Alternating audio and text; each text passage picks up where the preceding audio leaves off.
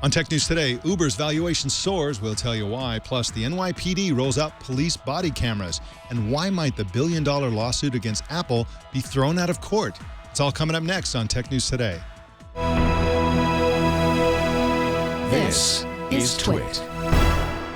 Bandwidth for Tech News Today is provided by CashFly at CACHEFLY.com.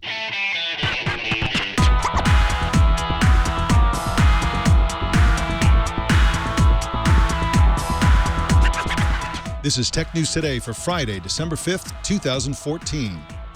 This episode is brought to you by Squarespace. Squarespace recently launched the latest version of their platform, Squarespace 7, which has a completely redesigned interface, integrations with Getty Images and Google Apps, new templates, and an incredible feature called Cover Pages. Try the new Squarespace at squarespace.com and enter the offer code TNT at checkout to get 10% off. And by Gazelle, the fast and simple way to sell your used gadgets. Find out what your used iPhone, iPad, and other Apple products are worth at gazelle.com. Tech News Today is the show where we talk about the tech news with the journalists who report it. Welcome to the show. I'm Mike Elgan, and good morning, Brian Burnett. Hey, good morning to you, Mike. I know you're over there busy, running the show, so I didn't mean to interrupt you because I know it's a very crazy, busy show today. But I still wanted to say good morning. Yeah, no problem. Just thanks, that kind of a guy. Thanks to Jason and Alex. That's the only reason why I got set up. Yes, those are the top men I referred to. Top men that I referred to before the show started. So thank you all for actually figuring out how to use the telephone. And also with us today is Elise Hugh, our co-anchor. How you doing, Elise? Hey, doing great. Great to be here. Bringing the party. Bringing the party. You guys are doing your big Christmas party today, so everything's going to be completely off the chain in like 2 hours, right? Yeah, 2 hours is about right, because that'll be 3 o'clock Eastern time. Well, speaking of awesome things, which I think we were, Orion actually launched today. How cool was that? And we actually, before we talk about it, let's look at the video. This is a beautiful launch. This is a dawn launch this morning. What time was it, Elise? It was 7 a.m.? It was 7 a.m. Eastern. Eastern. Yep, and it was up there for 4.5 hours before it splashed down in the Pacific. And there it goes. And I know the rocket science part of it is really complicated and hard, but I'm There's really... some math. But as somebody in broadcasting, I'm so impressed that they were beaming video from this rocket, even as it was going into space and going around in orbit. I think it was pretty much live, wasn't it? How do they do that? I mean, sure, well, yeah. Well, it is a new deep space capsule, so I imagine the technology is baked in somewhere in the multi-million-dollar cost of it. It ain't Skype, I tell you that. Now, this is the first flight for NASA's new deep space capsule. They're basically preparing to go to Mars, and so they need to test certain things, and this is the first major test of that. It's a critical step on NASA's journey to Mars. It's a 4.5-hour flight. And did it splash down yet or not yet? It has splashed down. It has. Yep, Okay, good. So a successful mission. And look at that. Look at that video. I mean, it's unbelievable. Incredible.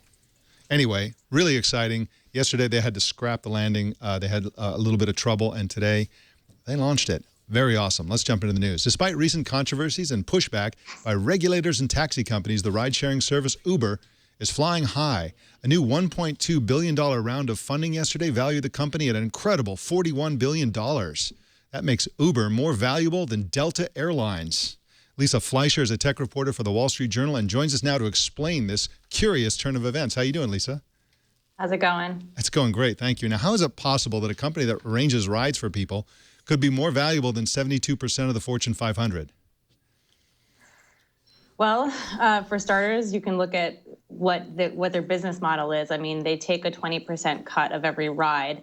Now, that doesn't mean that that's a profit, but that's their revenue. And you know, if you have a service that basically allows you to sort of take a cut of every single taxi ride, which they hope will be in the world, you can see where the revenue would start to add up. Part of the reason Uber has been in the news so much lately, Lisa, is because of its sort of win-at-all-cost style, which seems to, at least through all the reporting that we've read, come from the top, come from the founder and CEO. So is this valuation essentially saying that Silicon Valley or VCs are rewarding this type of win-at-all-costs, sort of zero-sum game type of behavior by leaders and founders? I don't know if they're rewarding some of the stuff that we've we talk about the stuff that has made us raise our eyebrows, but I do think that a lot of VCs, a lot of these investors are looking for somebody who is aggressive and who wants to make a very big business, a huge business. Someone who sees not just a small, I'm going to own this one market, but someone who has, big goals. Now, the investors that raised this $1.2 billion includes Qatar Investment Authority and at least 2 hedge funds. These are people who are saying, here, Uber, take more than $1 billion of our money. We believe in your future. And yet there seems to be a growing regulatory and legal backlash against the company.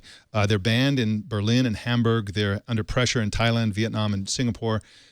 Why is it that investors are confident that Uber will be able to overcome all this? I mean, sometimes it seems like the trend is in the other direction, with more and more cities aggressively pushing back against Uber. That's a really good question, and actually, just a slight correction: they're not banned in Berlin and Hamburg, but they had to lower their prices. And I definitely do not fault you for not having that exactly on, because the game's just changing every single day. I mean, we made a map partially for our own benefit, but partially just so we could keep everyone else up to date online. We have a map on WSJ.com that sort of shows the different cities and the status of their fights with regulators. And it seems that every week we have to update it. But it depends on the city, it depends on the country, depends on the rules. But there's a lot of fights that Uber is entering. I mean, I almost don't even know if I should be writing a story about, X fight here or whatever. I kind of roll my eyes almost at the single fight story because I've just seen so many of them. They wrote about their problems in, I think it was Singapore the other week, but yeah, they're managing a lot of fires. And Lisa, what do you know about how the company is going to spend the latest billion it's raised? I don't personally know, but I think that one thing they do is when they enter a market is they'll pay drivers by the hour to make sure that there is a good supply, because you certainly don't want to encourage people to download an app and then have them open it up and not be able to get a ride. So they generally lay out a bunch of cash in the very beginning. They also spend a lot to kind of just push down prices. It doesn't take a lot for them to open in a new city. They usually will send about 3 people there. So, it's not like they have to build out an office or anything like that.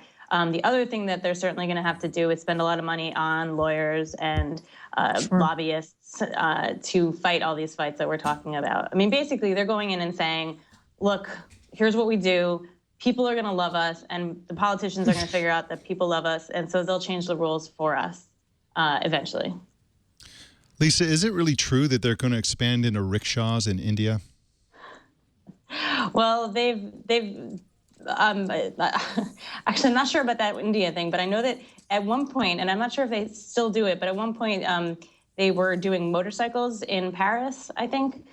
So, it wouldn't surprise me, because if that's how people are getting around, why not? Well, they certainly will. I know in a lot of parts in the world, lived in Kenya for a little while, and in Nairobi, the scooter taxis, where you just get on the back of somebody's scooter, is more common than regular taxis in an automobile. And so if they want to be global and really penetrate the entire world, they're going to have to embrace scooters, rickshaws, skateboards.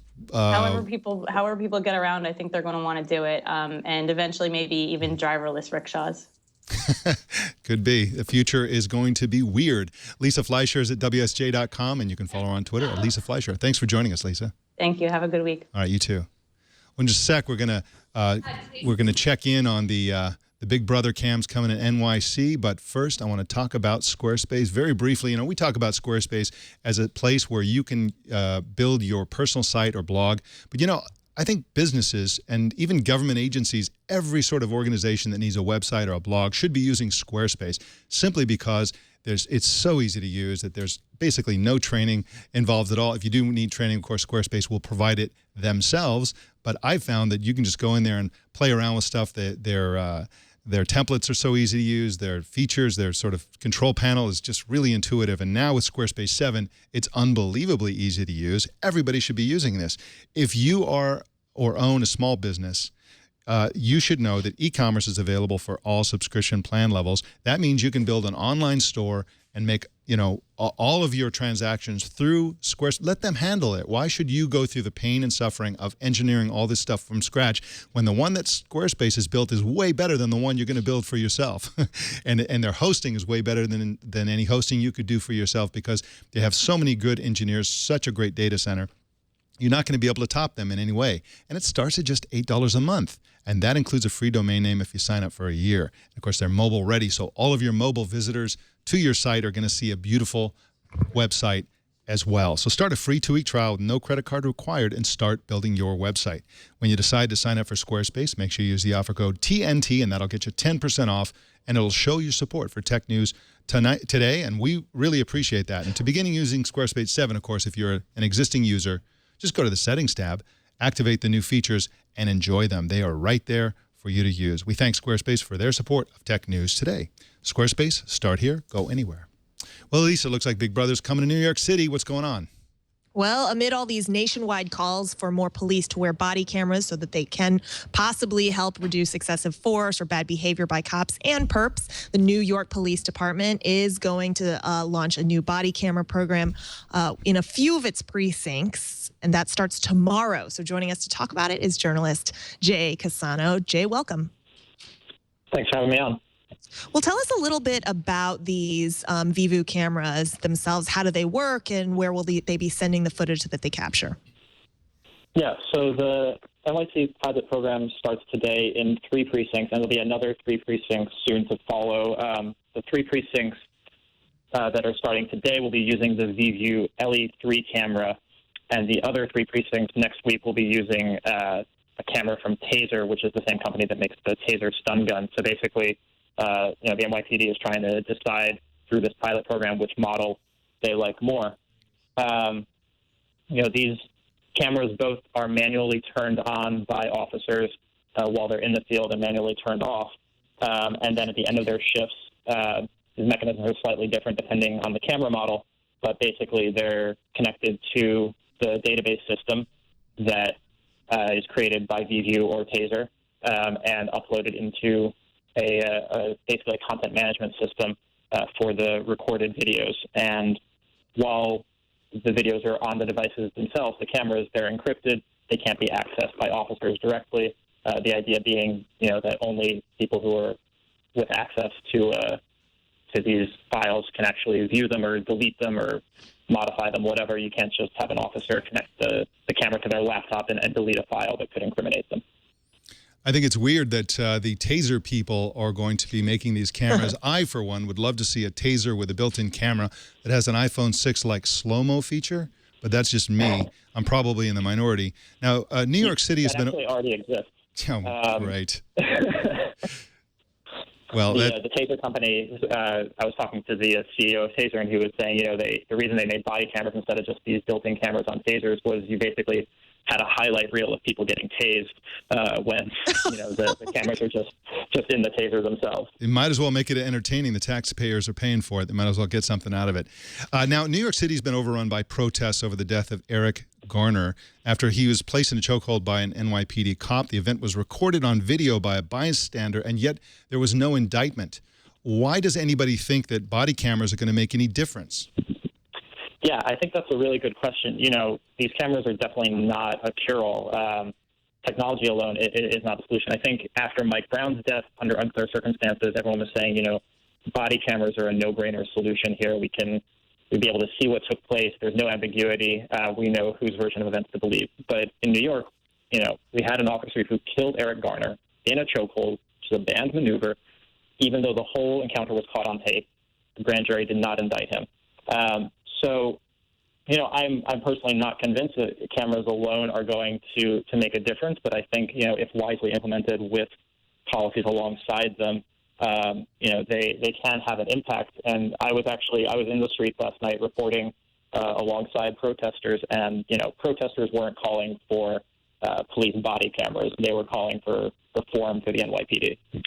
Yeah. And go ahead, sorry, Elise. go ahead, Mike. It's all yours. Well, one thing in this conversation about cameras that we've been having for the last, since Ferguson now, is that there's a lot of folks who are advocates for cameras who point to this study in Rialto, California, which seems to be a very small and limited study. Do we have any wider evidence of the effectiveness of this solution that everyone, including the president, is now calling for? Yeah, at this point, we absolutely don't. The Rialto study was the very first study of its kind. It definitely does show some promising stats. Complaints against officers were down, violent crime was down, but it's a small department. It's one case study. I don't think we can really extrapolate from that alone. All right. Well, Jay Cassano is at jcassano.net, and you can follow him on Twitter at jcassano. Cassano spelled Cassano. Thanks for joining us, Jay. Appreciate it. Thanks for having me on. All right. Well, AT&T is still throttling unlimited data customers, according to a report by Ars Technica's John Brodkin. John joins us now to talk about his exclusive. How's it going, John? Good. How are you? I'm doing great. Now, wait a minute. Didn't they stop throttling unlimited data users some time ago? What's going on? I thought they did. Well, no, they never stopped throttling unlimited data users. What I thought happened and sort of did is that they changed their policy so that after unlimited data users hit a certain point, like 3 or 5 gigs a month, they're still subject to throttling, but only in times and places when the network is congested. So usually they wouldn't be throttled. I sort of misread it. What they had posted on their website, it was written a little vaguely. Turns out LTE is still being throttled no matter what, whether the network is congested or not. It's only the older networks, 3G and HSPA Plus, that have this system where they're only throttled in times and places of congestion. I don't know exactly why, but they say there's a technical problem where they haven't been able to put the less draconian type of throttling in place in LTE just yet. They say it's going to happen sometime next year, so consumers will be treated more fairly, but they have not said exactly what time next year, so it could be 13 months from now. Yeah, so how could you even sell a plan as unlimited when you've been throttling all along? I mean, isn't that fundamentally dishonest? Yes. I don't know if they've been doing it all along. They've been doing it for a few years. Basically, as carriers moved from unlimited plans to limited plans, they've taken this step. They claim it's needed to manage the network. That might be true to an extent, but it's mostly an attempt to move consumers onto limited plans, which may cost more. And even if they don't cost more, if the consumer uses above that amount of data, they will be hit with an overage charge. So the network capacity is there. People can use as much data as they want. But the difference is with the limited plan, you pay another, I don't know, $10, $20 a gigabyte instead of just being slowed down.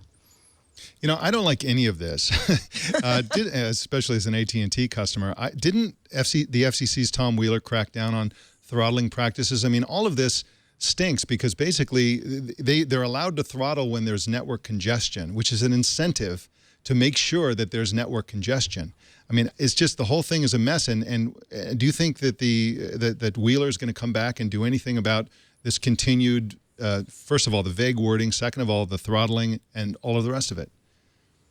Well, he already sent letters to all 4 carriers, and especially he objected to Verizon doing throttling on their unlimited LTE plans. That's partly because Verizon has special spectrum that has some open access requirements. And Wheeler was able to force Verizon to back down. And as of now, Verizon is not, that's a funny picture, Verizon is not throttling its 4G plans. It still throttles 3G plans, but on those plans, at least it's happening only when there's congestion on the network. All 4 major carriers, including Sprint and T-Mobile, they have some sort of throttling in place. As far as I can tell, I think AT&T is the only one that still has a throttling that happens regardless of whether the network is congested, unless you count T-Mobile's, which is okay because they disclose it right up front. You're buying a gig or 5 gigs of high-speed data, and then you get throttled afterwards. That's a little more honest because it's just part of the plan. That you're not actually paying for unlimited high-speed data Whereas with AT&T, you are paying for unlimited high-speed data and you're not getting it. The U.S. Mobile carriers are such a mess, and Elise Hu doesn't care at all because she's moving to Korea. That's right. It's unbelievable. Well, Bye-bye, AT&T. Tell us what it's going to be like, Elise. It's going to be so fast. It's going to be awesome. I can't wait to live it vicariously through you. All I have to do is bring an unlocked phone to South Korea, and then they'll pop in a SIM card. Hard to imagine. Bam. Hard to imagine. John Brodkin is at arstechnica.com, and you can follow him on Twitter at jbrodkin. Thanks for joining us, John. Thanks. All right. Well, breach fatigue is pandemic, and this next story isn't going to help at all. What's going on, Elise? Another day, another massive security breach. This time it's the retailer BB, the purveyor of teen clothing stores. BB said today that its payment processing system has been hacked and that credit card data may have been stolen. That data includes cardholder names, account numbers, expiration dates, and verification codes. I feel like we've talked about this again and again throughout the year as we've done this show, Mike, but, you know, it just one after another. Analysts had been expecting that this was going to be the year of the mega hack. It is true. These breaches are going to keep happening until we're on much more secure payment system, more secure payment infrastructure in general. Yeah, i.e. Apple Pay and Google Wallet.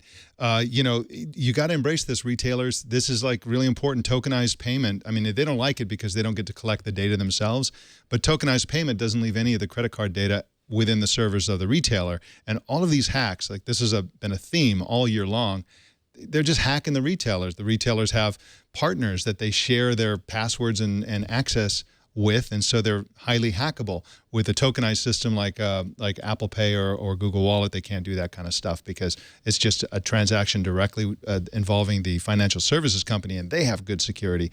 So this is just dumb that this keeps happening. These retailers have got to embrace NFC-based tokenized payment systems because the credit card companies aren't going to put up with it anymore. They're the ones who have to pay the bills when this happens. So I don't know. Elise, have you used, I don't recall if you're an Apple user, but do you use Apple Pay? I have it, but I haven't tried it yet. So I'm eager to try it. And one of the sort of reasons why so many of us don't seem to care when this happens again and again is because what you touched on, this notion that it's the banks that end up paying the consequences of this, of these breaches, and they just have to replace our cards and things like that. But we don't actually see a hit to our wallets or our statements when this happens. And so the lack of consequence also is part of the reason why there's less urgency about moving on to other non-1960s magnetic stripe technology on plastic cards. Yeah, yep, that's a good point. And anyway, I just I have the feeling we're going to keep seeing stories exactly like this on into the next year. It's really kind of tragic. Well, in just a minute, we're going to give you some really interesting updates, including an update on the Apple lawsuit. But first, I want to tell you about Gazelle. Gazelle will sell you a gadget. That's right. You're used to selling gadgets to Gazelle. They'll also sell you some really great gadgets. One of my favorite things to do is if I have a phone that I really like and I break it, I want the same phone again, unless there's another phone that's really awesome. I want to get that one. But with Gazelle, with their new trade-in program, you can basically sell your old gadget and get a new one just like it that's in better condition. And that's a great way to sort of upgrade without changing makes and models if you're happy with the one that you have. And of course, a lot of iPhone users, if you're going to be an iPhone user, there's basically one iPhone. You know, there's a big one and a small one now. And you may, if you break it or scratch it or something like that, you may just want to upgrade. And Gazelle makes it super, super easy. They have certified like new, which is a category of phone that they will sell you at a much lower price than a brand new phone, but the phone is exactly like a brand new phone. It's indistinguishable from a brand new phone. They put it through a rigorous 30-point inspection to make sure everything works flawlessly, and they back it with a 30-day risk-free return policy, so you can have it for a month, and if you decide for whatever reason you'd like to send it back, just send it back, and it's completely risk-free. And of course, you can still sell your gadget to Gazelle. Always a great idea. Super easy. That's in your box. Throw it in the box. Off it goes and get paid. It's so easy that there's no reason for you to have devices sitting around the house, and I know you do. So you got to send those into Gazelle. They've paid nearly $175 million to over 1 million customers. What's your iPhone worth? Take a minute and go to Gazelle.com and find out. A panel of judges in the UK has declared that some surveillance methods uncovered in the Edward Snowden revelations are legal. The ruling by the 5-member Investigatory Powers Tribunal was a response to a lawsuit brought by human rights groups like Amnesty International and Privacy International. The lawsuit said that the GCHQ's tapping of fiber optic cables to harvest emails, photos, phone calls, and social networking chatter was a violation of the privacy protections in the European Convention of Human Rights, but the tribunal said no, it wasn't.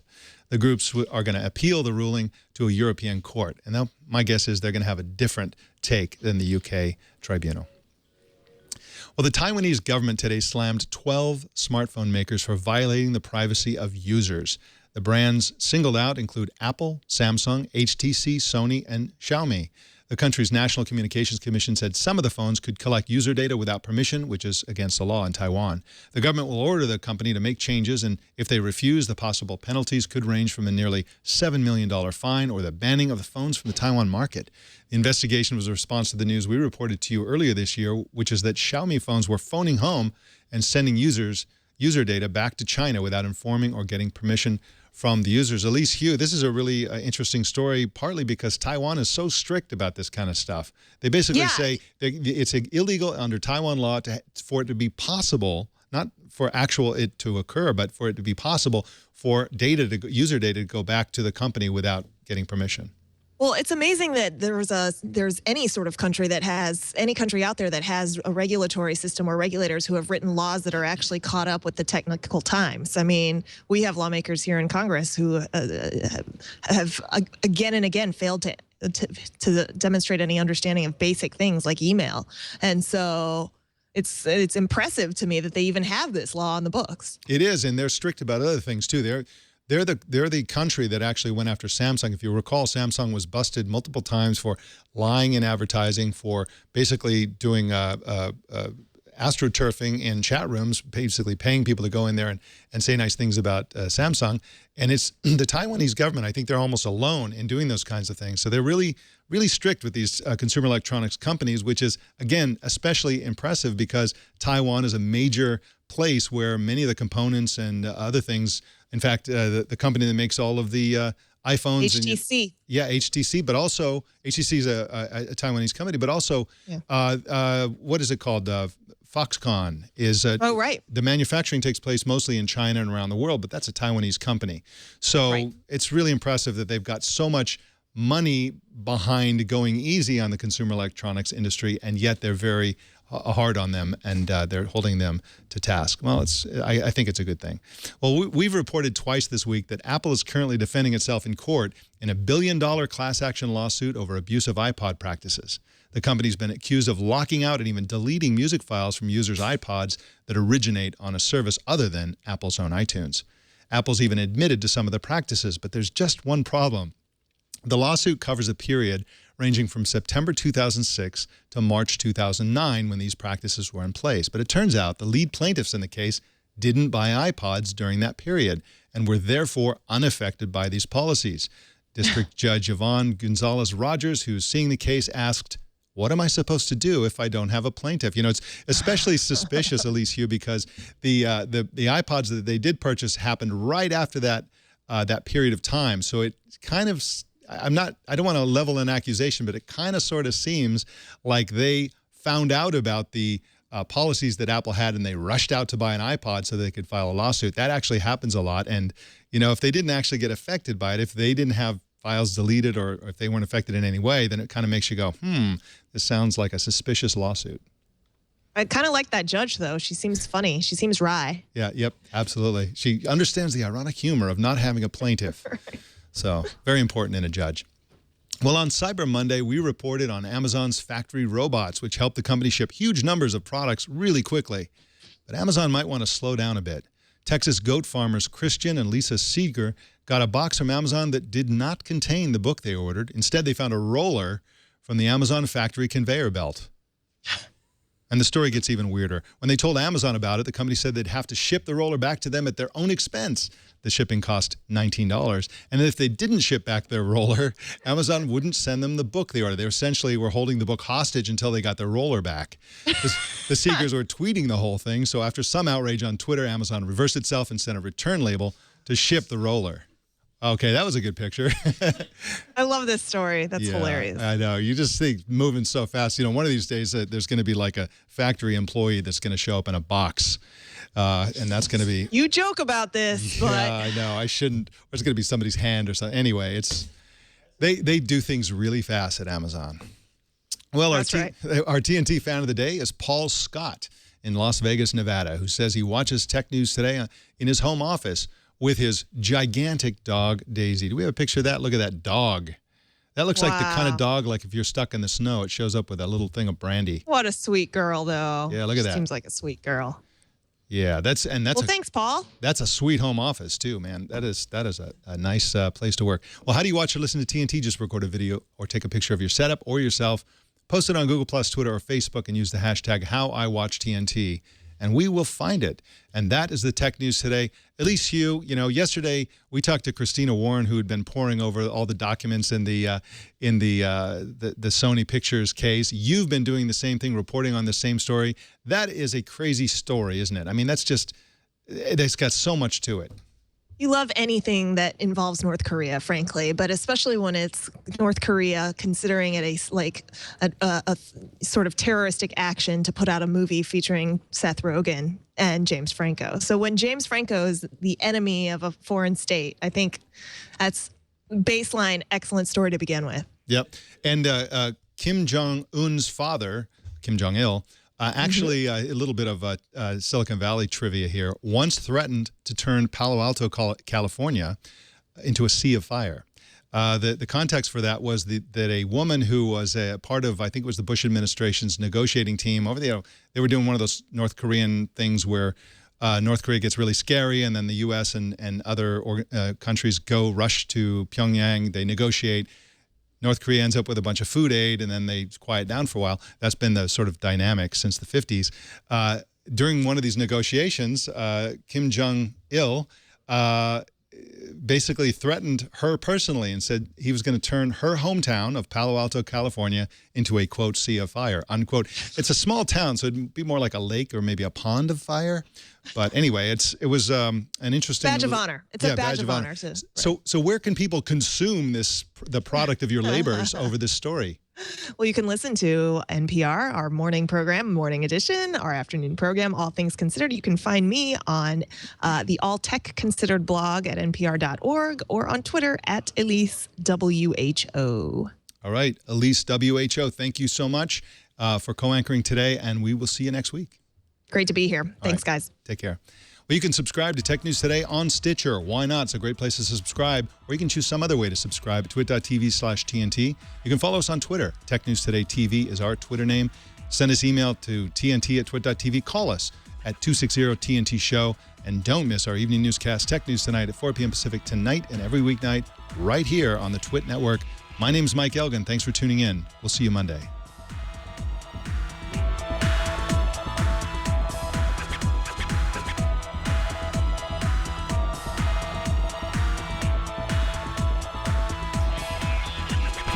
Nice.